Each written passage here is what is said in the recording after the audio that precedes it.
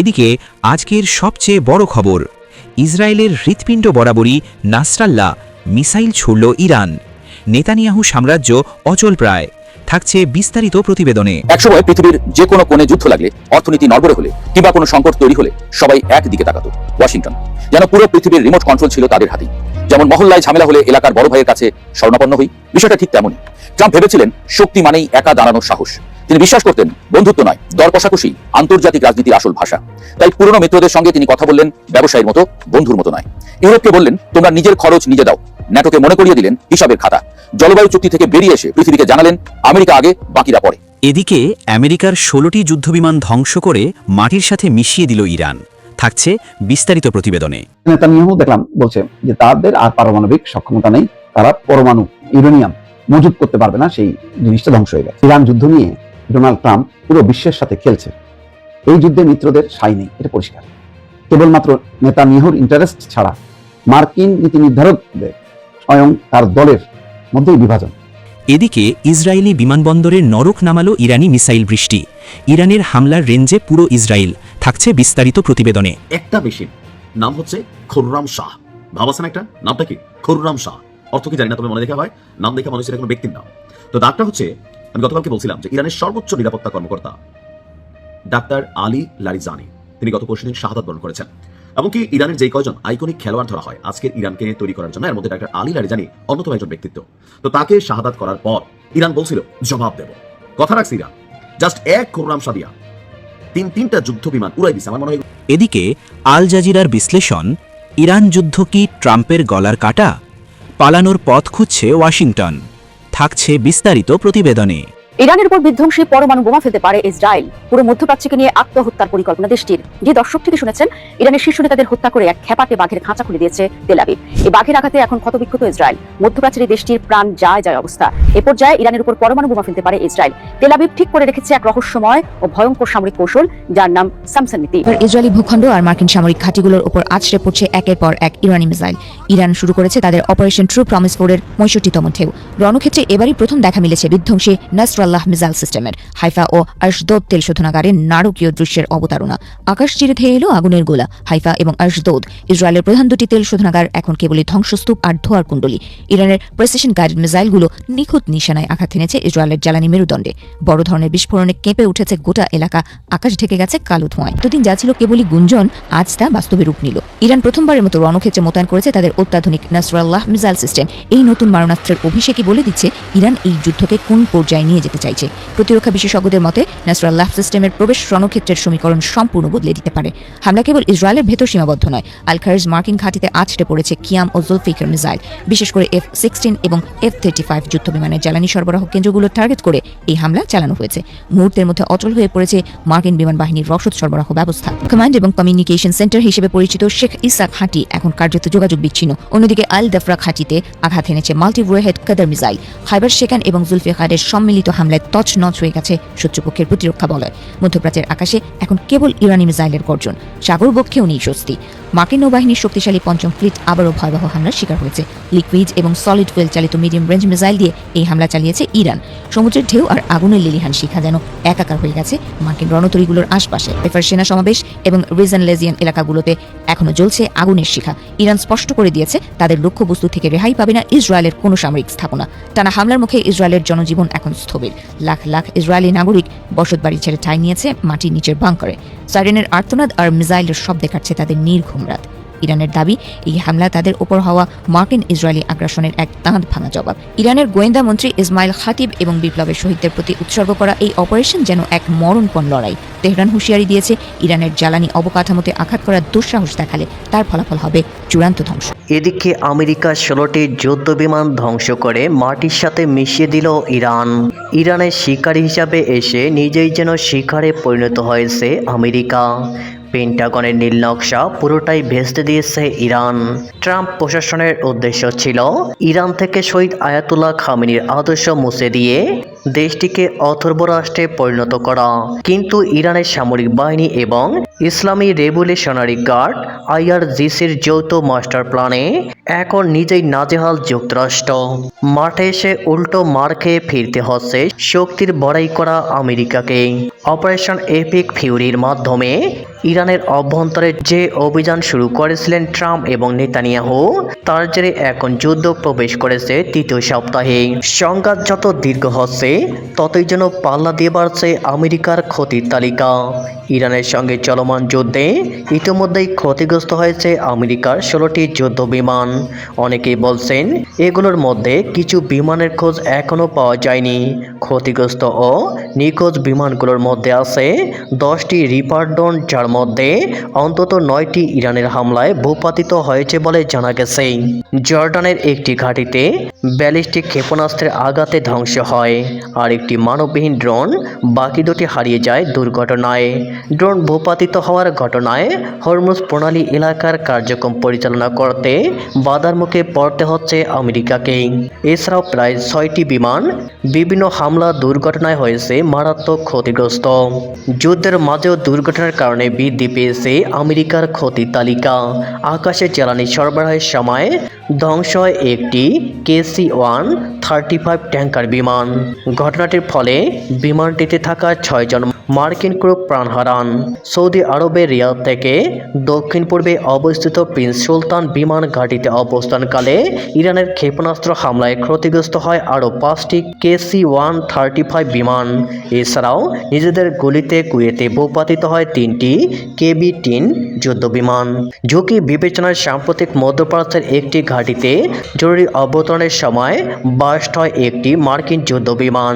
মূলত আমেরিকাকে চাপে রাখতে ইরানের হাতে আছে ইনফ্রারেড নির্দেশিত 358 সারফেস টু এয়ার ক্ষেপণাস্ত্র। আকারে ছোট ও মোবাইল লঞ্চার থেকে এগুলো ছোড়া যায়। আঘাত হানতে পারে 25,000 ফুট উচ্চতায় থাকা লক্ষ্য বস্তুতেই। এতে রাডার নেই বলে লক্ষ্য বস্তুতে থাকা বিমানগুলো আগে থেকে পায় না কোনো সতর্কবার্তা। ফলে ইরানের রণকৌশলের ব্যর্থতার মুখ দেখতে হচ্ছে আমেরিকাকে। এদিকে ইসরায়েলি বিমানবন্দরে নরক নামালো ইরানি মিসাইল বৃষ্টি। ইরানের হামলার রেঞ্জে পুরো ইসরায়েল। চলমান যুদ্ধে যুক্তরাষ্ট্র ও ইসরায়েল জোটকে একাই তুলোধনা করছে ইরান। বিশেষ করে দখলদার ইসরায়েলি ভূখণ্ডে ত্রাস সৃষ্টি করেছে ইরানি বাহিনী। বৃষ্টির মতো মিসাইল হামলার মাধ্যমে ইসরায়েলের মেরুদণ্ড ভেঙে দিচ্ছে তারা। টার্গেট করা হচ্ছে দখলদারদের গুরুত্বপূর্ণ অবকাঠামো। বর্তমানে অপারেশন প্রমিস টু 4 এর 64তম ধাপে হামলা শুরু করেছে ইরান। এই অভিযানে ইসরায়েলের ভিতরে এবং আঞ্চলিক মার্কিন ঘাঁটিতে একযোগে শক্তিশালী মিসাইল হামলা চালানো হয়েছে। রিপোর্ট অনুযায়ী ইসরায়েলের লজিস্টিক হ্যাব বেন-গুরিয়ন বিমানবন্দরে ইরানের মিসাইলগুলো সরাসরি আঘাত এনেছে। এছাড়াও দখলকৃত হাইফা তেল শোধনাগার ও ইসরায়েলি সেনাদের জড়ো হওয়ার স্থানেও ইরানি মিসাইল হিট করেছে। এছাড়া আরও বেশ কিছু গুরুত্বপূর্ণ স্থাপনাকেও টার্গেট বানিয়েছে IRGC। এই অভিযানে ইরান তাদের সবচেয়ে আধুনিক মিসাইলগুলো ব্যবহার করেছে, যার মধ্যে রয়েছে গদর, ইমাদ, খাইবার শেখান এবং বিশেষ করে 9টি মাল্টি ওয়ারহেড সম্বলিত খোরামশার মিসাইল। এদিকে ইরানি হামলায় হাইফা তেল শোধনাগারে ক্ষয়ক্ষতির তথ্য স্বীকার করেছে তেল আবিব। তবে হামলায় শোধনাগারটির কতটুকু ক্ষতি হয়েছে তা এখনও জানায়নি তারা। বৃহস্পতিবার এক বিবৃতিতে ইসরায়েলের জ্বালানি মন্ত্রী বলেন, শোধনাগারে হামলার ফলে বিদ্যুৎ সাময়িকভাবে ব্যাহত হয়েছিল, তবে অল্প সময়ের মধ্যে বেশিরভাগ গ্রাহকের বিদ্যুৎ পুনরায় চালু করা হয় বলে দাবি করেছেন তিনি। এদিকে আল জাজিরার বিশ্লেষণ, ইরান যুদ্ধকে ট্রাম্পের গলার কাটা, পালানোর পথ খুঁজছে ওয়াশিংটন। মধ্যপ্রাচ্যের চলমান সংঘাত নিয়ে নতুন এক বিশ্লেষণে উঠে এসেছে ভিন্নধর্মী একটি দৃষ্টিভঙ্গি। আল জাজিরা প্রকাশিত প্রতিবেদনে বলা হয়েছে, যুক্তরাষ্ট্রের প্রেসিডেন্ট ডোনাল্ড জে ট্রাম্প ইরানের বিরুদ্ধে চলমান যুদ্ধ থেকে বেরিয়ে আসার উপায় খুঁজছেন। এই বিশ্লেষণটি দিয়েছেন ত্রিতা পার্সি, যিনি ওয়াশিংটন ভিত্তিক think tank Quincy Institute for Responsible স্টেটক্রাফটের ভাইস প্রেসিডেন্ট। তার মতে, যুদ্ধটি যুক্তরাষ্ট্রের প্রত্যাশা অনুযায়ী এগোচ্ছে না এবং বর্তমান পরিস্থিতি ট্রাম্প প্রশাসনের জন্য জটিল হয়ে উঠছে। পার্সি মনে করেন ট্রাম্প নিজেও বুঝতে পারছেন যে সংঘাতের বর্তমান ধারা যুক্তরাষ্ট্রের জন্য খুব ইতিবাচক নয়, বিশেষ করে উত্তেজনা আরও বাড়ানোর মতো বিকল্পগুলো ঝুঁকিপূর্ণ, কারণ ইরানের পাল্টা আঘাতের ফলে যুক্তরাষ্ট্রকেও বড় ধরনের মূল্য দিতে হতে পারে। বিশ্লেষণে উল্লেখ করা হয়েছে ইরান ইতোমধ্যেই নিজেদের পাল্টা আক্রমণ চালানোর সক্ষমতা প্রদর্শন করেছে, এমনকি তারা এমন ধরনের হামলা চালাতে পারে যা বৈশ্বিক অর্থনীতিতে বড় ধরনের অস্থিরতা তৈরি করতে সক্ষম। এতে বিশেষভাবে ঝুঁকিতে পড়তে পারে পারস্য উপসাগরীয় সহযোগিতা পরিষদভুক্ত দেশগুলির অর্থনীতি, যার প্রভাব সরাসরি যুক্তরাষ্ট্রেও পড়তে পারে। এছাড়া দেশের অভ্যন্তরীণ রাজনীতিতেও ট্রাম্প কিছুটা চাপের মুখে রয়েছেন বলে মনে করছেন এই বিশ্লেষক। তার মতে যুক্তরাষ্ট্রের সাধারণ জনগণ এই যুদ্ধের বিরোধিতা করলেও ট্রাম্পের মূল সমর্থক গোষ্ঠী এতদিন এই অভিযানে সমর্থন দিয়ে এসেছে। তবে যুদ্ধের বর্তমান গতি প্রকৃতি তাদের মধ্যেও উদ্বেগ ও অস্থিরতা তৈরি করছে। সব মিলিয়ে সামরিক ও রাজনৈতিক চাপের এই প্রেক্ষাপটে ট্রাম্প এখন একটি কার্যকর এক্সিট স্ট্র্যাটেজি বা সম্মানজনকভাবে যুদ্ধ থেকে বেরিয়ে আসার পথ খুঁজছেন বলে মনে করেন ত্রিতা পার্সি। বিশ্লেষণটি ইঙ্গিত দিচ্ছে ইরান যুদ্ধ শুধু সামরিক নয়, রাজনৈতিক ও অর্থনৈতিক দিক থেকেও যুক্তরাষ্ট্রের জন্য বড় চ্যালেঞ্জ হয়ে দাঁড়িয়েছে। ফলে পরিস্থিতি সামাল দিতে কূটনৈতিক সমাধানের পথ খোঁজাই এখন ট্রাম্প প্রশাসনের জন্য সবচেয়ে গুরুত্বপূর্ণ হয়ে উঠতে পারে। তথ্যসূত্র আল জাজিরা। একসময় পৃথিবীর যে কোনো কোণে যুদ্ধ লাগলে, অর্থনীতি নড়বড়ে হলে কিংবা কোনো সংকট তৈরি হলে সবাই একদিকে তাকাতো, ওয়াশিংটন। যেন পুরো পৃথিবীর রিমোট কন্ট্রোল ছিল তাদের হাতেই। যেমন মহল্লায় ঝামেলা হলে এলাকার বড় ভাইয়ের কাছে শরণাপন্ন হই, বিষয়টা ঠিক তেমনই। ট্রাম্প ভেবেছিলেন শক্তি মানেই একা দাঁড়ানোর সাহস। তিনি বিশ্বাস করতেন বন্ধুত্ব নয়, দর কষাকষি আন্তর্জাতিক রাজনীতির আসল ভাষা। তাই পুরনো মিত্রদের সঙ্গে তিনি কথা বললেন ব্যবসায়ীর মতো, বন্ধুর মতো নয়। ইউরোপকে বললেন তোমরা নিজের খরচ নিজে দাও। ন্যাটোকে মনে করিয়ে দিলেন হিসাবের খাতা। জলবায়ু চুক্তি থেকে বেরিয়ে এসে পৃথিবীকে জানালেন আমেরিকা আগে, বাকিরা পরে। কথাগুলো শুনতে দৃঢ় লাগলেও এর ভেতরে ধীরে ধীরে জন্ম নিতে লাগলো দূরত্ব। ইতিহাসে আমেরিকা অনেক যুদ্ধ করেছে, অনেক শত্রু তৈরি করেছে, কিন্তু একা হয়ে পড়েনি কখনো। দ্বিতীয় বিশ্বযুদ্ধের পর থেকে পৃথিবীর মানচিত্রে আমেরিকার শক্তি শুধু তার অস্ত্র বা অর্থনীতির জন্য ছিল না, ছিল তার বন্ধুদের জন্য। লন্ডন, প্যারিস, টোকিও, সিউল সবাই মিলে এক অদৃশ্য জাল বুনেছিল, যার কেন্দ্রে ছিল ওয়াশিংটন। ট্রাম্প এসে সেই জালের সুতো একে একে টানতে শুরু করলেন। তিনি হয়তো ভাবেননি সুতো টানতে টানতে একসময় পুরো জালটাই আলগা হয়ে যাবে। মিত্ররা হঠাৎ আমেরিকার বিরুদ্ধে দাঁড়ায়নি, তারা শুধু একটু একটু করে দূরে সরে গেছে। ইউরোপ নিজের প্রতিরক্ষা নিয়ে নতুন করে ভাবতে শুরু করেছে। মধ্যপ্রাচ্যের পুরনো বন্ধুদের চোখে সন্দেহের রেখা। আর এশিয়ার দেশগুলো হিসাব করছে ওয়াশিংটন কি সত্যিই নির্ভরযোগ্য। আন্তর্জাতিক রাজনীতি শূন্যস্থান পছন্দ করে না, যেখানে একজন সরে যায় সেখানে অন্য কেউ এসে বসে পড়ে। এই ফাঁকটাই সবচেয়ে নীরবে কাজে লাগিয়েছে চীন। চীন কোনো উচ্চস্বরে ঘোষণা দেয়নি যে আমরাই সেরা। তারা ট্রাম্পের মতো মঞ্চে দাঁড়িয়ে স্লোগানও দেয়নি, বরং তারা অপেক্ষা করেছে, যেন নদীর ধারে বসে থাকা এক জেলে যে জানে স্রোত একসময় নিজেই মাছ নিয়ে আসবে। যখন আমেরিকা বাণিজ্য যুদ্ধ শুরু করলো তখন অনেক দেশ বিকল্প বাজার খুঁজতে লাগলো। যখন আমেরিকা আন্তর্জাতিক সংস্থাগুলো থেকে দূরত্ব বাড়ালো তখন চীন সেখানে নিজের উপস্থিতি বাড়ালো। রাজনীতির ইতিহাসে বড় পরিবর্তনগুলো প্রায় যুদ্ধ দিয়ে নয়, বিশ্বাসের পরিবর্তন দিয়ে ঘটে। ট্রাম্প শক্তির প্রদর্শন করতে গিয়ে বিশ্বাসের জায়গাটাই নাড়িয়ে দিলেন। আর বিশ্বাস একবার ভেঙে গেলে তা আবার জোড়া লাগানো সবচেয়ে কঠিন কাজ। চীনের জন্য এ যেন অপ্রত্যাশিত উপহার। তারা দেখলো আমেরিকা নিজেই নিজের চারপাশে দেয়াল তুলছে। বিশ্বায়নের যে পথ আমেরিকা একসময় তৈরি করেছিল সেই পথেই এখন চীন হাঁটছে নতুন নেতৃত্বের ভঙ্গিতে। আফ্রিকার বন্দর, এশিয়ার রেললাইন, ইউরোপের বিনিয়োগ সবখানে ধীরে ধীরে চীনের ছায়া লম্বা হচ্ছে। ট্রাম্প হয়তো চীনকে থামাতে চেয়েছিলেন, কিন্তু কখনো কখনো প্রতিপক্ষকে ঠেকাতে গিয়ে মানুষ অজান্তেই তার জন্য রাস্তা পরিষ্কার করে দেয়। এখানেই ইতিহাসের মজাটা। সাম্রাজ্যগুলো সাধারণত বাইরের আঘাতে ভাঙে না, ভাঙে নিজের সিদ্ধান্তের ভারে। রোম একদিন শক্তির অহংকারে ক্লান্ত হয়ে পড়েছিল। ব্রিটিশ সাম্রাজ্য বুঝতেই পারেনি কখন সূর্য অস্ত যেতে শুরু করেছে। আমেরিকার ক্ষেত্রেও প্রশ্নটা তাই, এটা কি পতনের শুরু নাকি শুধু এক অস্থায়ী পথভ্রষ্টতা? দীর্ঘদিন ধরে আন্তর্জাতিক বাণিজ্যের মেরুদণ্ড ছিল ডলার। তেল কেনাবেচা থেকে শুরু করে বড় বড় চুক্তি সবই ডলারে হতো, কিন্তু এখন সেই জায়গাটাই চ্যালেঞ্জের মুখে। ধীরে ধীরে কিছু দেশ ডলার বাদ দিয়ে নিজেদের মুদ্রায় লেনদেন শুরু করেছে। বিশেষ করে ইউয়ান সবার সামনে চলে এসেছে। ইরান, রাশিয়া এরা ইতিমধ্যে বিকল্প পথে হাঁটছে। এটা হয়তো একদিনে বড় কিছু মনে হবে না, কিন্তু দীর্ঘমেয়াদে এর প্রভাব বিশাল। কারণ মুদ্রা মানে শুধু টাকা না, ক্ষমতা। আর যখন সেই ক্ষমতা ভাগ হতে শুরু করে তখনই একক আধিপত্য ভেঙে যায়। এদিকে মধ্যপ্রাচ্যে বড় পরিবর্তন হচ্ছে। আগে যেখানে বিভাজন, সংঘাত আর গৃহযুদ্ধ ছিল নিয়ম, সেখানে এখন নতুন ধরনের সমঝোতা দেখা যাচ্ছে।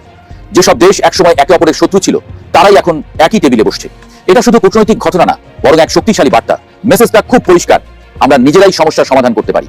এবং এই জায়গাটাই আমেরিকার জন্য সবচেয়ে বড় ধাক্কা। কারণ এতদিন তারা ছিল মধ্যস্থতাকারী, নিয়ন্ত্রক, এমনকি অনেক ক্ষেত্রে খেলোয়াড়ও। কিন্তু এখন যদি সেই প্রয়োজনটাই কমে যায় তাহলে তাদের প্রভাবও কমে যাবে নিশ্চিত। এখন প্রশ্ন আসতে পারে, তাহলে কি আমেরিকা শেষ? না, ব্যাপারটা অত সহজ না। আমেরিকা এখনো প্রযুক্তিতে অনেক এগিয়ে। কৃত্রিম বুদ্ধিমত্তা, মহাকাশ গবেষণা, সামরিক শক্তি সব জায়গাতেই তারা শীর্ষে। বড় বড় কোম্পানি এখনো সেখানে বিনিয়োগ করছে। অর্থনীতিও এখনো শক্তিশালী। কিন্তু সমস্যা অন্য জায়গায়। সমস্যা হলো বিশ্বাস। বিশ্ব রাজনীতিতে শক্তির পাশাপাশি বিশ্বাসও সমান গুরুত্বপূর্ণ। আর সেই বিশ্বাসটাই এখন চ্যালেঞ্জের মুখে। যখন মিত্ররা মনে করে যে তাদের কথা শোনা হচ্ছে না, যখন সিদ্ধান্তগুলো একতরফা মনে হয়, তখন সম্পর্ক দুর্বল হয়ে যায়। আর একবার যদি সেই বিশ্বাস ভেঙে যায় সেটা ফিরিয়ে আনা খুব কঠিন। এই পরিস্থিতিতে সামনে দুইটা পথ খোলা। একটা হলো নিজের অবস্থানে অটল থাকা, নিজের মতো করে চলা এবং ধীরে ধীরে আরো একা হয়ে যাওয়া। আর একটা হলো কৌশল বদলানো, মিত্রদের আবার কাছে টানা, নতুন বাস্তবতার সঙ্গে মানিয়ে নেওয়া। কোন পথটা বেছে নেওয়া হবে সেটা নির্ধারণ করবে আগামীর বিশ্বরূপ। এদিকে আরেকটা বড় বিষয় হলো বিশ্ব এখন আর একমুখী না। আগে ছিল একমেরু বিশ্ব, যেখানে একটাই শক্তি সবকিছু নিয়ন্ত্রণ করত। এখন সেটা বদলে গিয়ে বহুমুখী হয়ে যাচ্ছে। এখন একাধিক শক্তি আছে, আমেরিকা, চীন, আঞ্চলিক জোট, সবাই নিজের জায়গা তৈরি করছে। এটা একদিকে ঝুঁকিপূর্ণ, কারণ প্রতিযোগিতা বাড়ে, আবার অন্যদিকে সুযোগও তৈরি করে, কারণ কেউ একা সবকিছু নিয়ন্ত্রণ করতে পারে না। এই পরিবর্তনের মাঝখানে দাঁড়িয়ে সবচেয়ে গুরুত্বপূর্ণ প্রশ্নটা হলো, আমরা কি নতুন এক ঠান্ডা যুদ্ধের দিকে যাচ্ছি, নাকি এক নতুন ভারসাম্যের দিকে, যেখানে একাধিক শক্তি একসাথে বিশ্ব চালাবে? উত্তরটা এখনো পরিষ্কার না, কিন্তু একটা বিষয় পরিষ্কার, বিশ্ব বদলে যাচ্ছে ধীরে ধীরে কিন্তু স্থায়ীভাবে। আর এই পরিবর্তনের কেন্দ্রে আছে একটা সত্য, কোনো সাম্রাজ্যই চিরস্থায়ী হয় না। আজ যারা শীর্ষে, কাল তারা চ্যালেঞ্জের মুখে পড়বে, আর যারা নিচে তারা উঠে আসবে। 2026 হয়তো সেই পরিবর্তনেরই এক গুরুত্বপূর্ণ অধ্যায়। একটা বিশাল মঞ্চ, একসময় সেখানে একজনই দাঁড়িয়েছিল, সব আলো তার উপরে, কিন্তু এখন সেই মঞ্চে একে একে নতুন চরিত্র উঠে আসছে, আলো ভাগ হয়ে যাচ্ছে। আমেরিকা এখনো সেখানে আছে, কিন্তু আগের মতো একা নয়। আর প্রশ্নটা এখন আর কে শাসন করবে না, প্রশ্নটা হলো কে কার সাথে দাঁড়াবে। এই নতুন খেলায় বন্ধুত্বই হবে সবচেয়ে বড় শক্তি, আর যদি সেই বন্ধুত্ব হারিয়ে যায়, তাহলে সবচেয়ে শক্তিশালী দেশটাও একসময় একা হয়ে যায়। এবং হয়তো আমরা এখন সেই গল্পটাই দেখতে শুরু করেছি। আমেরিকা সবার আগে, সেই শব্দ থেকে ধীরে ধীরে আমেরিকা একা। নেতানিয়াহু দেখলাম বলছে যে তাদের আর পারমাণবিক সক্ষমতা নেই, তারা পরমাণু ইউরেনিয়াম মজুত করতে পারবে না, সেই জিনিসটা ধ্বংস হয়ে গেছে। ইরান যুদ্ধ নিয়ে ডোনাল্ড ট্রাম্প পুরো বিশ্বের সাথে খেলছে। এই যুদ্ধে মিত্রদের সাই নেই, এটা পরিষ্কার। কেবলমাত্র নেতানিয়াহুর ইন্টারেস্ট ছাড়া মার্কিন নীতি নির্ধারকদের স্বয়ং তার দলের মধ্যেই বিভাজন। সেই বিভাজনে দেখা যাচ্ছে যে একের পর এক একজন নারী উপদেষ্টা মুসলিম পদত্যাগ করেছেন, তাদের যে কাউন্টার ডিপার্টমেন্টের পরিচালক তিনি পদত্যাগ করেছেন, অন্যদের মধ্যে চরম অস্বস্তি। তারপরে এখন সেনা পাঠানো নিয়ে গত এক সপ্তাহ বেশি সময় ধরে নানা রকম বিভ্রান্তি ছড়াচ্ছে। এদিকে বলা হচ্ছে জাপান থেকে 2500 মেরিন সেনা রওনা দিয়েছে, উভচর যান, উভচর মানে জলে এবং স্থলে চলতে পারে তেমন। নেতানিয়াহু ইঙ্গিত দিয়েছেন যে স্থল ভাগ দিয়ে এবার অভিযান শুরু হবে। কিন্তু সর্বশেষ খবর হচ্ছে যে ট্রাম্প বলছেন যে না, ইরানে সেনা পাঠানোর সম্ভাবনা নেই। ট্রাম্প আসলে বুঝতে পারছেন না, প্রথমেই বুঝতে পারেননি যে এক নিঃশেষে শীর্ষ নেতাদেরকে হত্যা করার পর ইরান ঘুরে দাঁড়াবে এবং পুরো মধ্যপ্রাচ্যকে আক্রমণের বা হামলার লক্ষ্যবস্তু করবে। এটা কল্পনার মধ্যে ছিল না। কল্পনার মধ্যে ছিল না যে ইরান ঘুরে দাঁড়িয়ে 7 মাস 8 মাস আগে যেভাবে পাল্টা হামলা করেছিল তেমনটা আবার করতে পারবে। আর যেখানে আমেরিকা নিজেই এই যুদ্ধের সাথে ইনভলভ, সেখানে ইরান এরকম সাহস করবে সেটা তারা কল্পনাও করতে পারে। কল্পনা করতে পারেনি যে হরমুজ প্রণালী রক্ষার জন্য যখন পশ্চিমা মিত্রদেরকে আহ্বান জানালেন, তখন মিত্ররা তাকে পিঠ দেখান। সব মিলে পরিস্থিতি অনুকূলে একেবারেই না, কিন্তু তারপরেও কিছু কিছু হামলা করে তার শ্রেষ্ঠত্ব প্রমাণ বা তিনি বিজয়ী হচ্ছেন এমন একটা ধারণা দেওয়ার চেষ্টা করছেন। সাংবাদিকদের প্রশ্নের জবাবে তিনি বলছেন, না, আমি কোথাও সেনা পাঠাচ্ছি না, যদি পাঠাতামও তবে নিশ্চিতভাবেই আমি আপনাদের তা জানাতাম না, কিন্তু আমি সেনা পাঠাচ্ছি না। মানে কনফিউজিং কথাবার্তা, যদি পাঠাতেই তাহলে জানাতাম না, কিন্তু আমি সেনা পাঠাচ্ছি না। ইরানের অস্ত্র কর্মসূচি নির্মূল করতে যুক্তরাষ্ট্র কতদূর পর্যন্ত যাবে তা নিয়ে পর্যালোচনা চলার মধ্যেই ট্রাম্পের এই মন্তব্য এলো। গত বিশ্বে এক সামরিক অভিযানের পর ট্রাম্প দাবি করেছিলেন ইরানের পারমাণবিক সক্ষমতা নিশ্চিহ্ন করে দেওয়া হয়েছে। আজকে নেতানিয়াহু দেখলাম বলছে যে তাদের আর পারমাণবিক সক্ষমতা নেই, তারা পরমাণু ইউরেনিয়াম মজুত করতে পারবে না, সেই জিনিসটা ধ্বংস হয়ে গেছে। তবে ধ্বংসস্তূপের নিচে এখনো পারমাণবিক সরঞ্জাম চাপা পড়ে আছে বলে ধারণা করা হচ্ছে এবং সেগুলো জব্দ করার বিষয়ে আলোচনা রয়েছে। এই ধরনের কোনো অভিযান চালাতে হলে ইরানে বিপুল সংখ্যক মার্কিন সেনা পাঠানোর প্রয়োজন হতে পারে। কিন্তু ওই যে ট্রাম্প এক এক সময় এক এক রকম কথা বলছেন, মানে এটা হতে পারে দুইটা কৌশল, যে সে বিভ্রান্ত করছে ইরানকে যাতে তাদের মনোযোগটা নষ্ট করা, এটা হতে পারে। আবার হতে পারে সত্যি সত্যি ট্রাম্প মনে করছে যে এই দীর্ঘস্থায়ী যুদ্ধে আরো ক্ষতি হবে, সুতরাং সে হয়তো এই অভিযানটা বা হামলা আক্রমণ যুদ্ধটা এখন নিয়ন্ত্রণ করতে চাচ্ছে। কি হচ্ছে আসলে পুরো বিশ্ব বিভ্রান্তির মধ্যে আছে। মেশিন নাম হচ্ছে খুররাম শাহ। ভাবাছেন একটা নামটা কি? খুররাম শাহ অর্থ কি জানি না, তবে মনে দেখা হয় নাম দেখে মনে হচ্ছে এটা কোনো ব্যক্তির নাম। তো ডাক্তার হচ্ছে, আমি গতকালকে বলছিলাম যে ইরানের সর্বোচ্চ নিরাপত্তা কর্মকর্তা ডাক্তার আলী লারিজানি, তিনি গত পরশুদিন শাহাদাত বরণ করেছেন। এমনকি ইরানের যে কয়জন আইকনিক খেলোয়াড় ধরা হয় আজকের ইরানকে তৈরি করার জন্য, এর মধ্যে ডাক্তার আলী লারিজানি অন্যতম একজন ব্যক্তিত্ব। তো তাকে শাহাদাত করার পর ইরান বলছিল জবাব দেব, কথা রাখছে ইরান।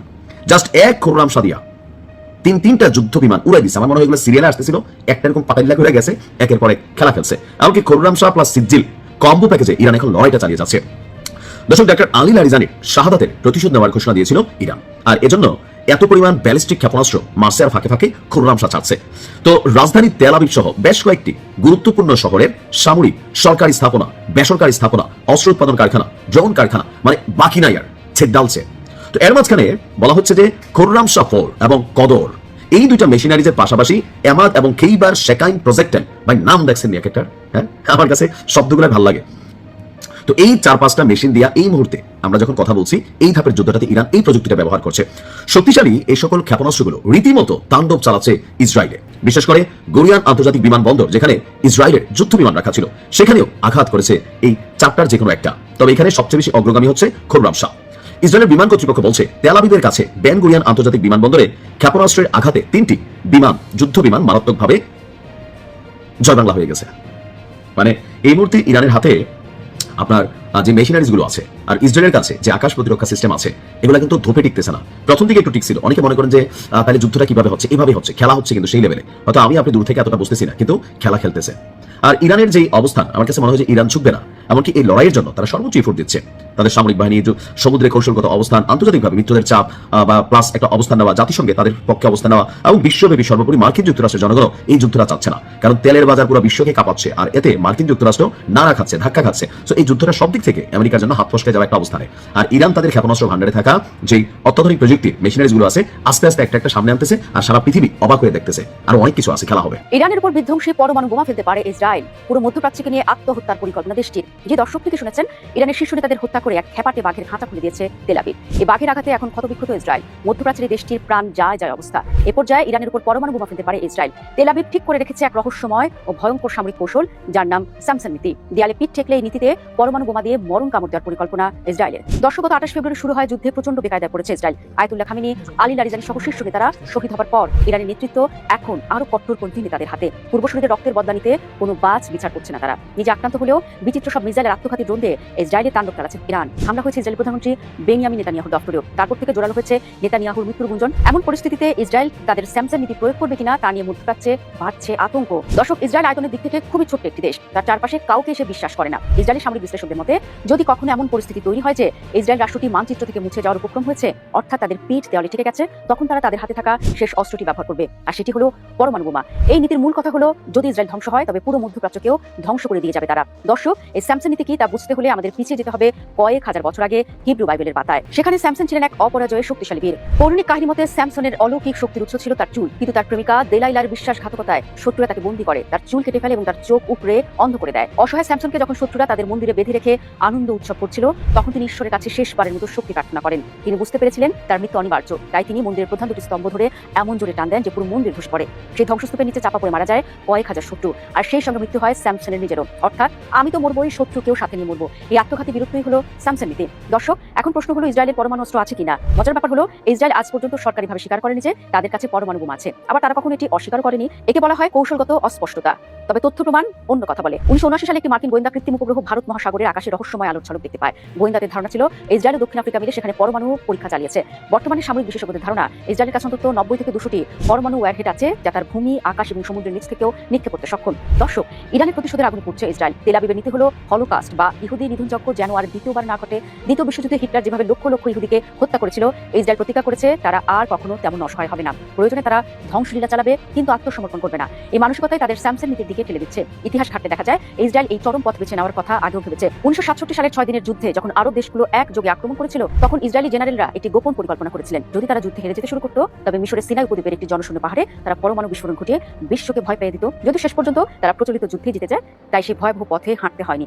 দর্শক, তেহরানের উপর পরমাণু হামলা চালানো মানে হলো তৃতীয় বিশ্বযুদ্ধের সূচনা, কারণ ইরানও বসে থাকবে না এবং রাশিয়ার মতো দেশগুলো এই যুদ্ধে জড়িয়ে পড়তে পারে। এছাড়া মধ্যপ্রাচ্যে পরমাণু তেজস্ক্রিয়তা ছড়িয়ে পড়লে তাতে শুধু ইরান নয়, ইসরায়েল এবং তার বন্ধু রাষ্ট্রগুলো ক্ষতিগ্রস্ত হবে। তবুও সামরিক বিশেষজ্ঞদের ভয়, যদি কোনো কারণে ইসরায়েল মনে করে যে ইরান সত্যি তাদের মানচিত্র থেকে মুছে ফেলতে চাইছে, তবে তারা স্যামসন বিকল্প বেছে নিয়ে তেহরানে আঘাত হানতে পারে। দর্শক, স্যামসন নীতি কোনো সাধারণ যুদ্ধ কৌশল নয়, এটি একটি মহাপ্রলয়ের পরিকল্পনা। এটি অনেকটা সেই আত্মঘাতী যোদ্ধার মতো যে নিজের জীবন দিয়ে হলেও শত্রুকে শেষ করে দিতে চায়। মধ্যপ্রাচ্যের বর্তমান পরিস্থিতিতে এই নীতির আলোচনা বিশ্ববাসীকে নতুন করে ভাবিয়ে তুলছে।